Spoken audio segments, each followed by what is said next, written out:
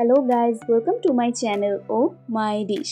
এই তীব্র গরমে আইসক্রিম তো সবারই খুব পছন্দ, তাই আজকে মাত্র 3টে উপকরণ দিয়ে কিভাবে আপনারা ঘরেই তৈরি করে ফেলতে পারবেন মজাদার চকলেট আইসক্রিম সেটাই দেখাবো। আর এই আইসক্রিমটা বানানো একবার শিখে গেলে আপনার আর বাইরের দোকান থেকে কিনে আইসক্রিম খেতে ইচ্ছেই করবে না।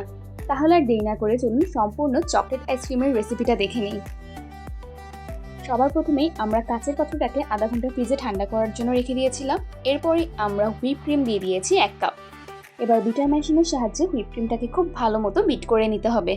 2-3 মিনিট অনবরতই আমরা হুইপ ক্রিমটা বিট করে নিব, আর একটা সুন্দর ক্রিমি টেক্সচার এসে যাবে। আর এই আইসক্রিমটা বানানোর জন্য শুধুই লাগবে হুইপ ক্রিম, কোকো পাউডার আর কনডেন্স মিল্ক। মাত্র 3টে উপকরণ দিয়ে আমরা এই আইসক্রিমটা আজকে তৈরি করে ফেলবো। এখন হাফ কাপ কনডেন্স মিল্কটা আমরা বিট করা হুইপ ক্রিমের সাথে মিক্স করে দিচ্ছি। এবার আবার ভালো করে কিছুক্ষণ আমরা বিট করে নেব। আইসক্রিম বানানো যে কতটা সহজ সেটা আজকে আপনারা এই ভিডিওটা দেখলেই সম্পূর্ণ বুঝতে পারবেন। এই তো কনডেন্স মিল্ক আর হুইপ ক্রিম সম্পূর্ণ মিক্স করা হয়ে গিয়েছে। এখন আমরা আবার বিটার মেশিনটাকে অফ করব। ভালো একটা ব্র্যান্ডের কোকো পাউডার ইউজ করবেন, আর কোকো পাউডারটাকে আমরা প্রথমেই চেলে নিয়েছিলাম, ওটাকেই এখন আমরা দিয়ে দিয়েছি। হুইপ ক্রিম আর কনডেন্স মিল্কের মিক্সচারের সাথে এখন আমরা কোকো পাউডার অ্যাড করে দেওয়াতে আমাদের চকলেট আইসক্রিমের মিক্সচার একদম রেডি হয়ে গিয়েছে।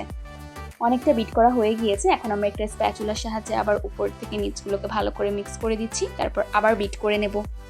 এবারে লাস্টবার একদম ভালো করে বিট করে নেব, তারপরে আমাদের চকলেট আইসক্রিমের মিক্সচার একদম রেডি হয়ে যাবে।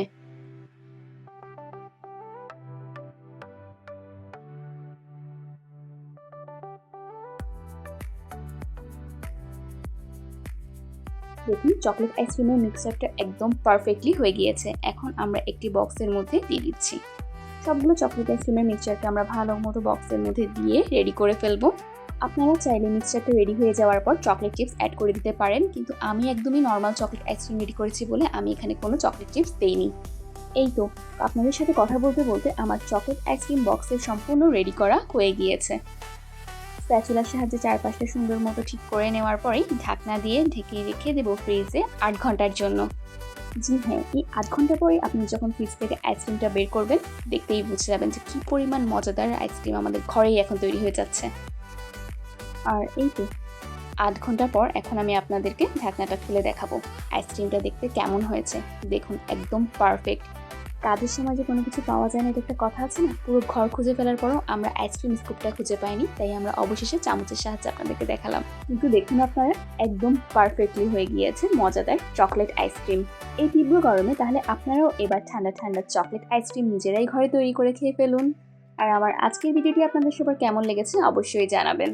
সবাই ভালো থাকবেন, সুস্থ থাকবেন, আর ও মাই ডিশের সাথেই থাকবেন। আল্লাহ হাফেজ।